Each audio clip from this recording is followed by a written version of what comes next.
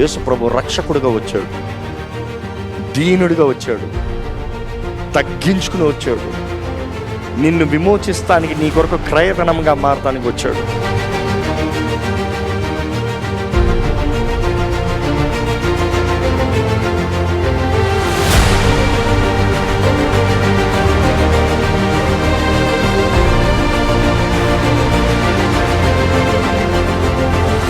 నీ స్థానంలో మరణించి, నీ శిక్ష అంతా భరించి, నీ అవమానాన్నంతా భరించి, నీ వ్యసనాల్ని భరించి, నీ కొరకు కొరడా దెబ్బలు తిని, నీకు రావాల్సిన శిక్షను భరించి, నీవు మరణించాల్సిన స్థానంలో పాపానికి వస్తున్న జీతం మరణమైన ఆ జీతాన్ని నీ స్థానంలో ఆయన పొందుకొని, ఆయన నీతిని నీకు ఇస్తానికి ఈ లోకంలోకి వచ్చాడు, ఇచ్చాడు.